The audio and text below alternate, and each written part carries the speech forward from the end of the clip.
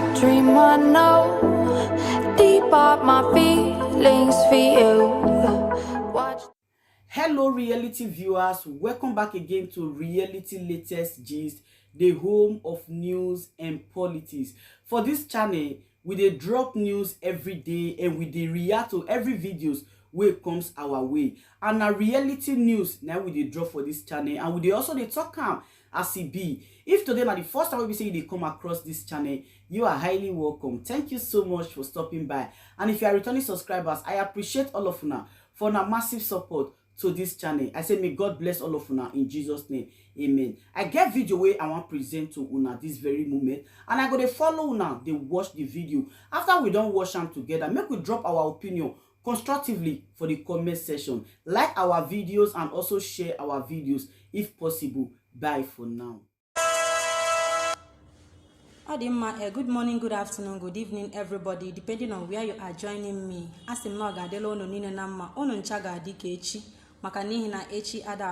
hope you guys are hearing me. Can you hear me? Can you hear me? Can you guys hear me?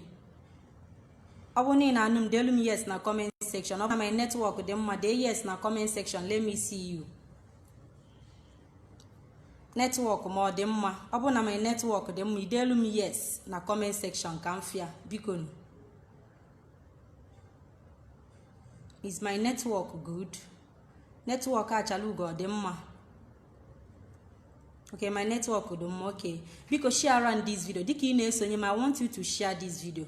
If you love what we are doing, if you love Mazen Nnamdi Kanu, if you love the struggle, if you love Biafra, because share around this video. Don't just be watching alone. Share the video because so that others can join us. It is very, very important. Because in here today, there are so many things in a go on. We must continue. And please, actually, Major Hera, we're going to that link, that petition I signed.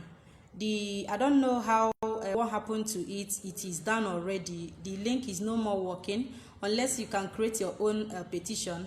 But for now, it is no more working. Obu name with another petition.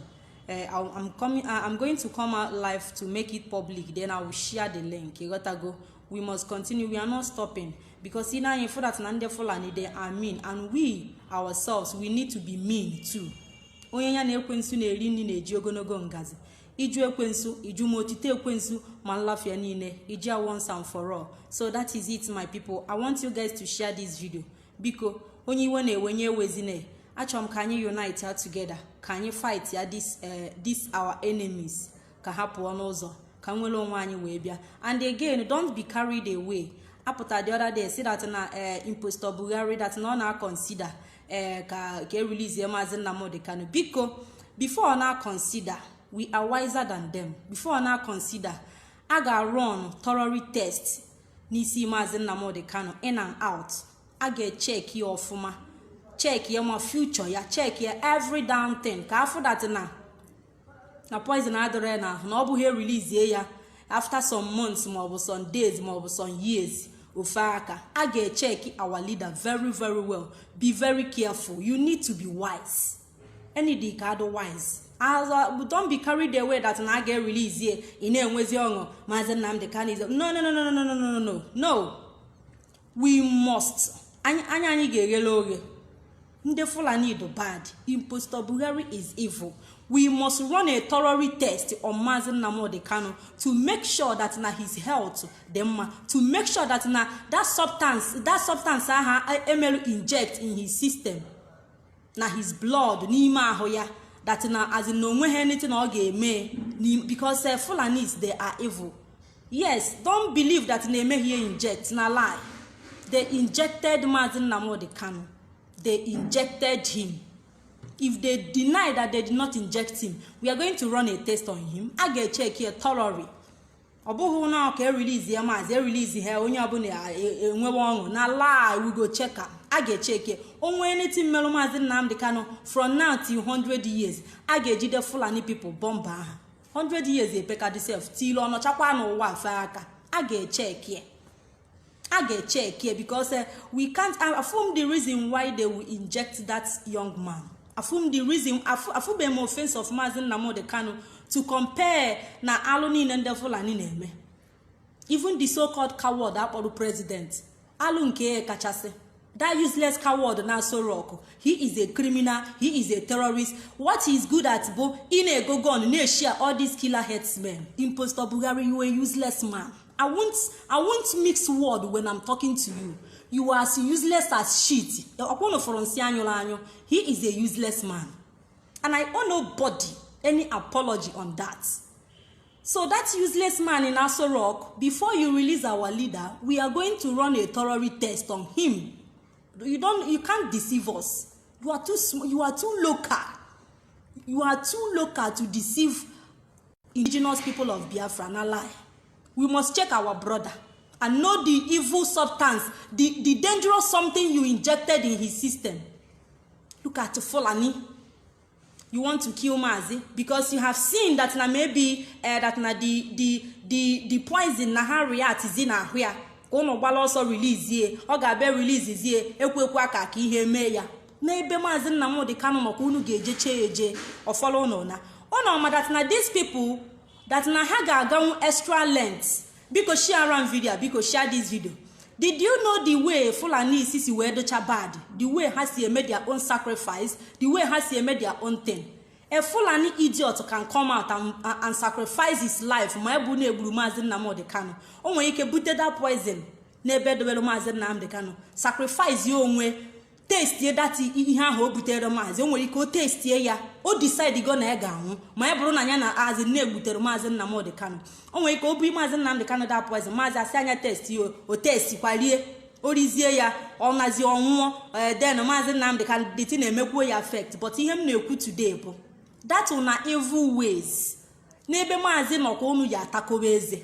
Ebe Mazi Nnamdi Kanu nọkwa unu ya agbacha egwu. Kwete na surugede ebe egwu ndị mmụọ. Never. Please share around this video. Share this video because these Fulanis, most of you don't know them. Most of you na like in Jenje. You need to be very careful while dealing with the criminal Fulanis. They are deadly. How do useless. That is how their behaviors will do useless. Their decisions will do useless. They are useless set of people. Fulanis are the most useless people on earth. They can go extra mile to do funny things. One of them can volunteer his life to terminate Mazi Nnamdi Kanu. That is why we need to run a thorough test on him. Kanyemalu nchabomu. Aga man chabomu na hu Mazi. Releasing him is no problem because Ofugo, you have no choice than to release Mazi. You must release him. Onya ko ji agbagari ko release ya ka happy enwe ya n'aka ma obu ka ihe happy ime n'aka. O da egwu. Iche na anyị bụ ma iche na anyị ibe eru. A ga-run test on him. And for those of you na agbasaga na social media, unu na ihe m na-agwa unu. I wonder why this video is not trending. This topic anaghị trend. That na torture your brother Mazi Nnamdi Kanu. My sister Lisa Kanu, she made a lot of points yesterday. In fact, throughout yesterday, kan na-ege ihe okwuru. Even this morning, egekwa m ya. Even as I'm speaking with you people now, I just ngecha ya wepụta life. That lady is a wonderful lady. If that's my sister Lisa Kanu. Afube m onye nwa ihe ka that lady. Obu na anyị nwelu that kind of lady 2 ma obu 3 na Biafra land. I don't think na ụmụ nwaanyị anyị ga-emezi onwe ha engage. Na akụ asịrị na asa n'ọnụ epụta na social media na alagharị ile kama ị ga-ekwu di mentally na awụ ya ala. Ị na-ekpo na panty enu. All of you that's mmegeri juru our ladies n'isi this time around. I don't know. Abụ nwaanyị but I'm sorry to say this. Ụmụ nwaanyị anyị na-agazi astray. Asịrị ebugo ha. Ha focus more on gossip than the main thing not on ground. Abu na Mazi Nnamdi Kanu onwe ihe meri echi ịpụta gbagharịwa akwụna. Unu eme onwe unu engage na akwụna. Nwe ofu mkpụrụ ihe kita anụ nwa ka na life you need to use your time well and do something. Tie mkpu because aka anu onu nwaanyị karịa nwoke. You shout. Obugodo na ibonda jibo ha aja nyahioba. Ihe ọ na-aghọ nyaghọ onwegodu nya nwe. Look at my sister Lisa. She made a lot of points yesterday. Oma the reason why that na Mazi Nnamdi Kanu's health na do worse every day. ojighị pilo alahola nothing ojighị akwa alahola akwa ahụ oyi since emere ya kidnap ya ka impostor Buhari hapụrụ ya ọka na-eyi ruo ma today oju that na man change ya akwa. What a wicked idiot. And tomorrow you will come out and say that impostor Buhari is your president. Point of correction, impostor Buhari, you have nothing to offer as a president. Can you kindly excuse us? Get out from that place and fuck out. Useless yourself and useless out. Fuck off from that Aso Rock. You are a coward. A coward can never be the leader of Nigeria. You can never lead Nigeria. You have nothing to offer. Look at you, bonga fish. You are changing cloth every day. But a whole leader of indigenous people of Biafra, you denied him of changing his dress. He will sleep without pillow. Bone like you, a bonga fish like you will be sleeping with a pillow. Rolling your dry bone on pillow. You should be ashamed of yourself. You are a useless man. God is going to destroy you. Whosoever behind that mask in Abuja, thunder will strike you. Share around this video, please. Share the video. Share this video. Mazen Nnamdi Kanu will lie down without pillow, without cloth, without nothing. An ordinary gland. Grand. Our others are highly AC. And on na AC now, but I'm marching on Center Rog. Yet, oyi karatum. How much more somebody no when anything that's all water. He's naked, complete. Most of you mo to ahụ na adịghị idina na AC without ịchịrị akwa cover onwe gị maka ahụ na adịghị. How much more? No pillow, no foam, ordinary anangete. A whole leader. It seems na the center will hold. Let that center come and hold, Gamfia. I command that center to come and hold. Let me see that center to hold. Impostor, you are a useless man. I will keep telling you. You are nothing but a coward. Complete coward. Okana. Idiots. Look at you. In a charges are meant. Mazin Nnamdi Kanu called you. You are an idiot. Are you not an idiot? If you are not an idiot, you should do things right. You need to do things right. You are behaving like an idiot. That is where he called you idiot. If at all he called, because I have not seen you Mazin Nnamdi Kanu called you idiot. You should be happy that the leader of indigenous people of Biafra called you idiot. You should go and rejoice because he noticed you. Useless idiots. Look at you, your dry bone. Between you and Mazin Nnamdi Kanu, who's supposed to sleep without pillow? Impostor Buhari, you deserve nothing. You deserve nothing good at all. You are nothing but a coward. Just useless thing. Rag. Eji amacha mmiri. In a fool around. You see side there, put aside there. See side there, put aside there. If anything happened to Mazin Nnamdi Kanu, you will get it hot. This time around, don't wait anybody na top rogono, but you will receive. That thing I hear na chige nwetia. Okwaga, ina amanya amu na dry idiot upon everything in eri no. Afoge dika bonga. Iduko okporoko, machuonu ka agwo mmiri. Anu mpam. Ana worship you. A failed idiot. You a confused riffraff. If they call you Nigerian president, you will come out with pride. What makes you a president? What makes you a president? Did you have what it takes to lead Nigeria? You don't have. You are a zero man. Oduka go dry bone with zero brain. Zero. Not brain. In our weara. Let something happen to Mazin Nnamdi Kanu. He get change your forogona. All these useless coward people. Fulani blood, their mother Jelala Fulani. They are busy supporting you. Each and na yogo biko. Each and you that na get release the mass. Then I am one way no. I got run a thorough test on him. We must be sure of our because our bro our brother kidnapped. We know how he was looking before you kidnapped him. So we must check him, we must run tests on him and know the kind of substance you injected in his system. Don't think that isi hana that you will release our leader will be carried away in a lie. we can never be carried away. All our eyes are open on you, you criminal, you impostor criminal Buhari. All our eyes are open on you. That's you get the wire. You don't know how prepared we are. You think we are joking. Wait for it. Please share around this video because share the video. Any negative comments you as in comment block under that comment, let me send that person to his or her early grave. And when time for rubbish now, share around video. Ono happen the main important thing we need to discuss. That's now our leader. On a pila la hola health ya drama oyi ba ya ahụ every day everything they get worse. Ụfọdụ akwa oyi kemgbe kidnap ya anya ka ọ ka na-eyi ruo taa. For what? Which crime did he commit? Ekwe ka as in ka ọ pụtakwuo na anyala anwụ Chineke nyelu na ọ bụ is not impostor Buhari that is giving son. Or Chineke na-enye anwụ. Then impostor. Who are you to deny Mazi Nnamdi Kanu from son? Who are you? Who formed you? Where did you come from? Who you? Useless man. Idiot. President for mouth. Who made you? Who are you? What right have you to say that you are a president? You are mad. You are a useless man. Uzumraun. President. Useless idiot.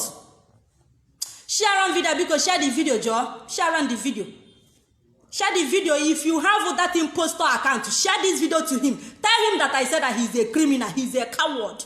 He's not worthy to be called Nigerian president. He is not worthy. Zero brain everywhere. Listen to our sister. This video should be trending by now. We need to make this video to go viral. She's making sense here. How can our leader be in the hands of the enemies and most of you are on social media gossiping? What is your problem? Ken Sobunu in our gossip na check for one bad news break here.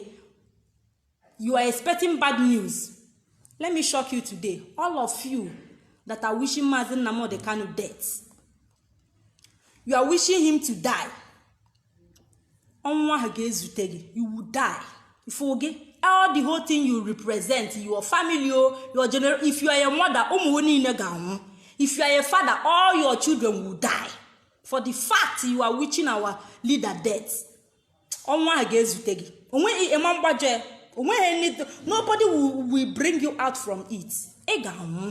For the fact ni mepegonwa we kwuokwu na-eme expect ka asị na tomorrow na Mazi ifela aka ma ọ bụ na achọrọ Mazi afro ihe ọjọọ niile ị na-eche n'isi Mazi ọ ga-abịara gị 100 folds na your family and the ọkpụtọrọkpụ from generation to not only on your head though, from your generation to generation. Otu ankwurie ka ọ ga-adị. Try ya now. Let me see that useless idiot that claimed that not a pastor that will break this course. Can for that person na ka for the fact ni na wish you onwa ha ka ị ga-ezute after ka izutechara ya ogburu ụmụ generate family go ga-esi you up ofu mkpụrụ ahịhịa agaghị epu na nna gị ị na-wish Mazi Nnamdi Kanu ọnwụ because of no melogene ọ sị na achọzi Nigeria ọ chọrọ Biafra onwe okwuri ọba okwu ọjọọ o meri ọba alụ. Continue wishing him ihe ọjọọ but ihe ọjọọ ahụ ọ ga-ebefall gị ọkpụtọrọ from generation to generation. Otu aka a ga-esi megide lineage go niile generation go niile apịachie ya. Otu a nkwurie ka mfu onye ga-break this course. Ka mfu that person na let me see the person. They will only deceive you, bribe as in rob ogo nagalu ga-egogu but ihe na-ebe n'isi go ga continue na-ebe. Unless you contact me, I will break the course if I have reason to break it. Continue wishing him death. If you onwe fulo, na wish you but ọ ga-anọ ndụ onye aja n'ini gị. Onwe be ihe unu furu. Iche na this struggle. As in na-eji anya ọma eje ụka Sabat. Iche na struggle na some of us ji anya ọma wee batia. Emani ihe mele doji we benwe iche no ihe egwuregwu iche no struggle eye na gossip iche no wazirike and co iche no struggle wazirike. Don't worry, okwanye egwu igo anyị ga-afụ isi share video. Share the video. Get into here one night one you could get into a young lady like this. Most of you are wagaji white in Ike, but in one single sense. A little, just look at this little angel. Most of you and we go dazi a white and now one green. Still, you cannot do things right. You put in here after in our dazi in our munyoko in our gossip. Now chop people you get recruit to can fight your war. Oganyaguneze. Share the video. Nnamdi Kanu is not doing well in DSS custody according to his lawyer Ejimako. I was expecting this news to be trending, but it's not, and I don't know why. Torturing Nnamdi Kanu in DSS custody is torturing the whole of Igbo race. Torturing Nnamdi Kanu, assaulting his fundamental human rights. It's assaulting the whole of Igbo race. Where are our traditional rulers? Where are our religious rulers? Where are the state governors?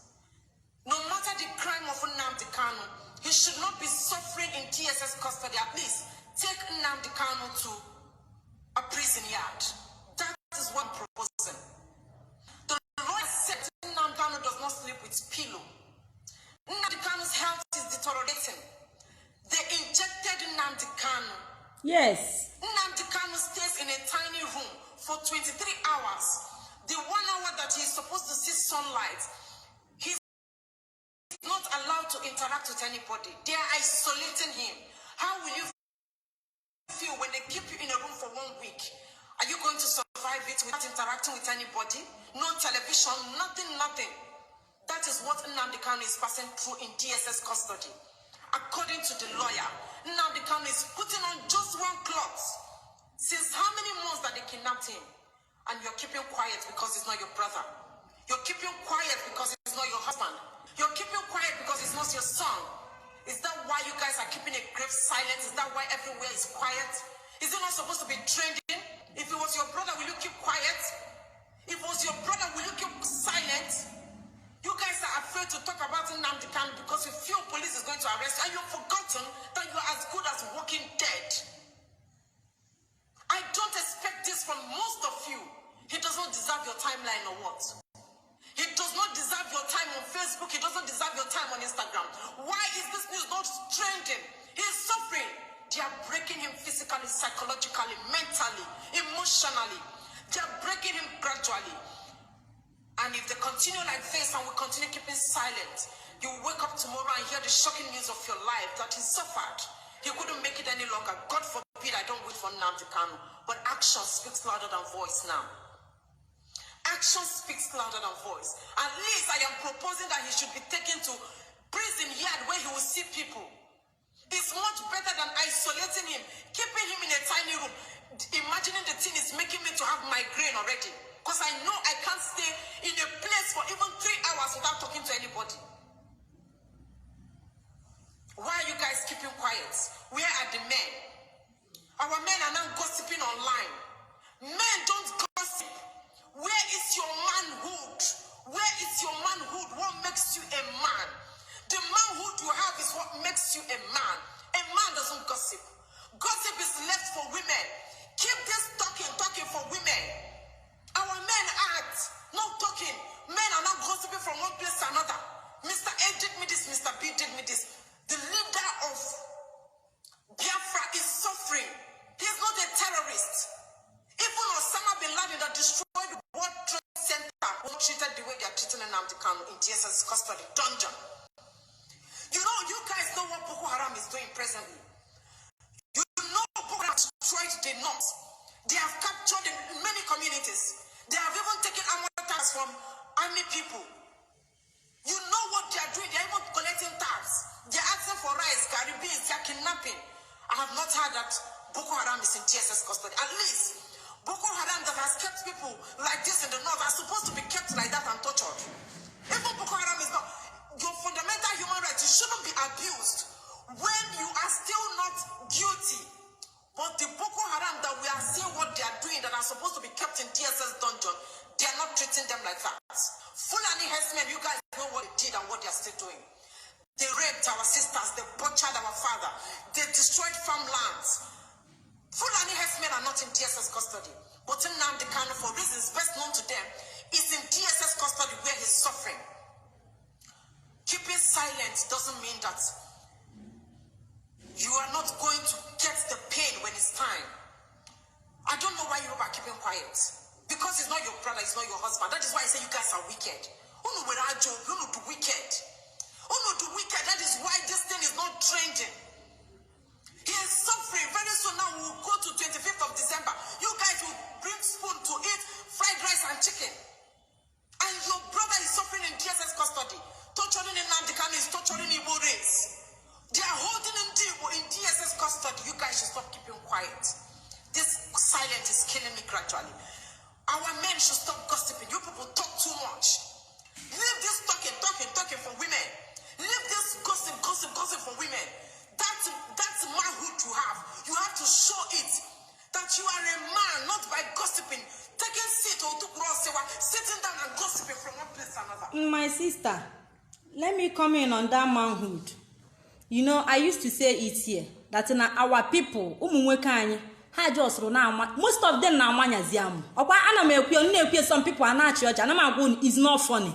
Most of them just put out na amanya am for nothing. Ha just bulu am for fancy am onwero. Look at them every day stage akụkọ, a stage oche na akụ asịrị. Gonna those days mgbe nwoke ga-anụ si ọgụ nwaanyị enwere akụkọ. Kịta bụ ụmụ nwaanyị na-anụ ọgụ ụmụ nwoke na-akọsa akụkọ. It's quite unfortunate. Ike wụrụ. Lay this video trend. Make this video ka ọ ga viral. This thing this our sister kwuru nya gagaleba. Ụnụ agbazi na asịrị. Maazị Nnamdi Kanu health edo bad na DSS dungeon. Ebe impostor Buhari kpaferia. Look at anụmanụ. Kpọrọ a whole leader of indigenous people of Biafra. Tina warawara room. You communicate with people who deny your stop or ya nwa nwetego ebe na dazi so Maazị Nnamdi Kanu ekwu okwu anwụrụ gutukpuo. You useless people. Una poto una na-edoba ahụ. Come for anybody gabe na my inbox say mo Nwada Ajalugo, please can I know more about you Kachukwu buogon. Don't share this video magaleba.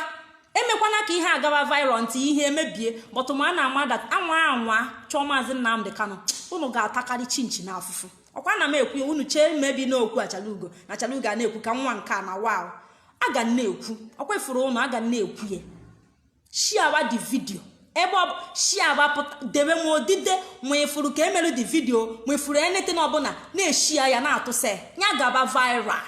Eji Maazị eji health ya adịrọ mma ha deny ya everything ma akwa common change akwa e deny ya change akwa ike gwụrụ ọ dị egwu really nke a bụ that is ike kwụrụ ọtọ gwum ejide Maazị no melo gini Boko Haram na agagharị freely na north onwe anybody na disturb ha even as I'm talking to you people kita Boko Haram na chizi Nigeria ọha nwa na chizi zoo ha bụ ọnụ na-ekwuziri Nigeria Boko Haram ihe Boko Haram kwuru ka impostor Buhari na-eme onye bụ impostor Buhari challenge Boko Haram ọ na-apụ ala. Look at it mana ejidere Maazị Nnamdi Kanu nwukpuo maka gịnị onye Igbo ka ọ bụ and ọ na-asụ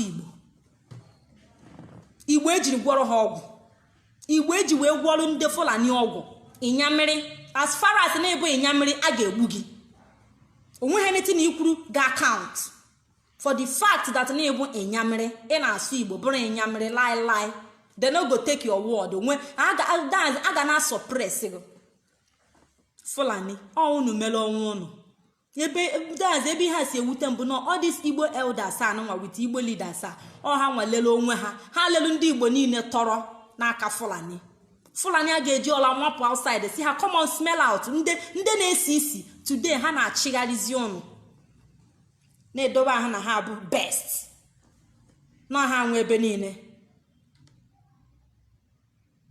Yes, he's not in DSS, he is in the hands of Fulanis. Ketinye like that ọ nọ n'aka ndị Fulani and you know that na Fulanis they are killers. There is no two ways about it. So because my people, this video my sister mere chọgharịba na social media, share one. Go to her page and share the video, including this one in the here. Share the video. Let the whole world know that now Buhari is maltreating Mazi Nnamdi Kanu. Impostor Buhari is maltreating the leader of indigenous people of Biafra, Mazi Nnamdi Kanu. He is maltreating him. He wants to send him to his early grave. Actually, share the video, make it known. Make this video go, as in this video, let it go viral. This man or the the whole world that Mazi Nnamdi Kanu made him to fail the whole Nigerians. A useless man, that have a lazy man who always complain even when success on a doorstep. Yeah, oh, impostor Buhari for you. When anything when strategy or target as in a country or mapuru dear, which and everything bull by it go on echigari or ma that nankaga that day. Look at him, everybody neku. Let him excuse Nigerians. Let him post or excuse them. Chineke me ebele, but anyị ga na that's okay from the Fulani. Anyị ga emechacha ihe he kwete na na eme. Share our video because share the video. Share the video.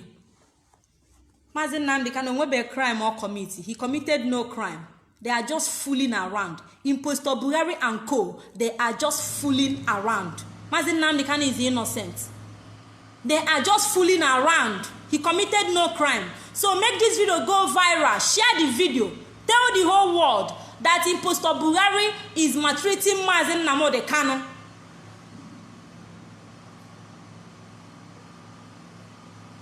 Yes, Fulani is put fear in our fathers. Nnamdi Kanu came to break the yoke. He has broken it already. Oh, break, he got that yoke of fear in Ndibo. Ipotena to Fulani, the most lowest idiots on earth. Fulani, is that afraid of them? Who are you? Are you mad? In a why should you be afraid of Fulani? Who are the Fulanis? Are the people that are supposed to be afraid of Ndibo. They are the people that are supposed to be afraid of us. Afana ha to habu the daz uja ha to haba for haburuzo. Keronye, wow, I'm very happy that the Kanu has now tested. Let me see your Ozumura. Why have no gana gayeri? Onye eri mmago no na village na agba akwuna. E put na Facebook na display your foolishness. Ayi honu mweme. Umu alama jiri. Nderi. So because my people share this video because share the video. Make it known to people that now let this video go viral. Go and share that our sister's video. That Lisa Kanu. Go and share her video. Tell the whole world that impostor Buhari is maltreating our brother Mazi Nnamdi Kanu. He is innocent. Mazi Nnamdi Kanu have not committed any crime. He committed no crime. Boko Haram are moving freely. Now not just like every other person. Nobody is maltreating them. Nobody is after their life. Why are they after our life? Why are they after Mazi Nnamdi Kanu's life? Why are they maltreating the Igbos? Why is Fulani government maltreating Igbos? This is what you will be asking them. Ask this question, and we need answer to these questions.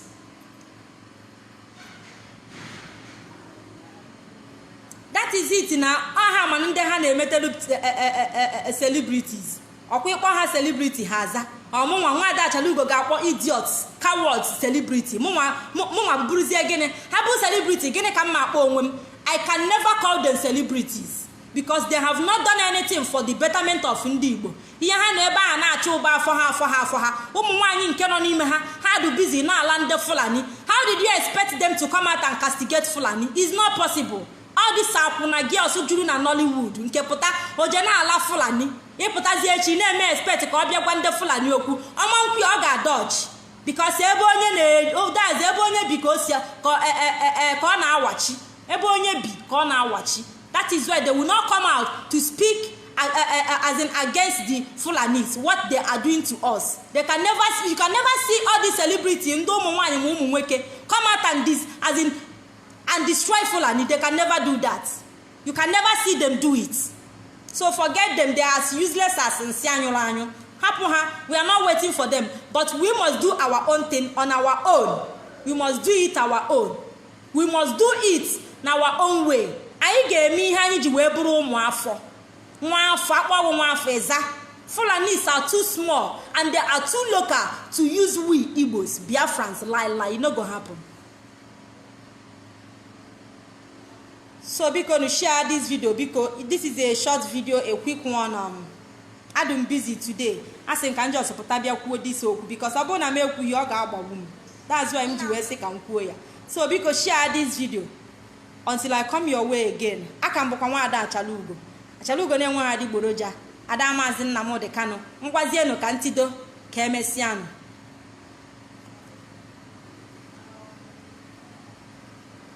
That is it. Princess Vina now imagine they will still stand in one Nigeria.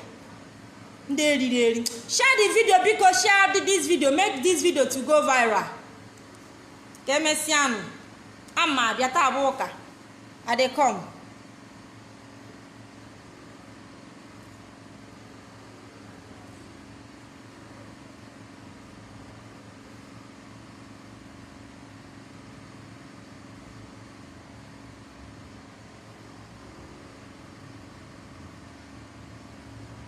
Catherine, you don't need to have any BP, just maintain. But we are going to.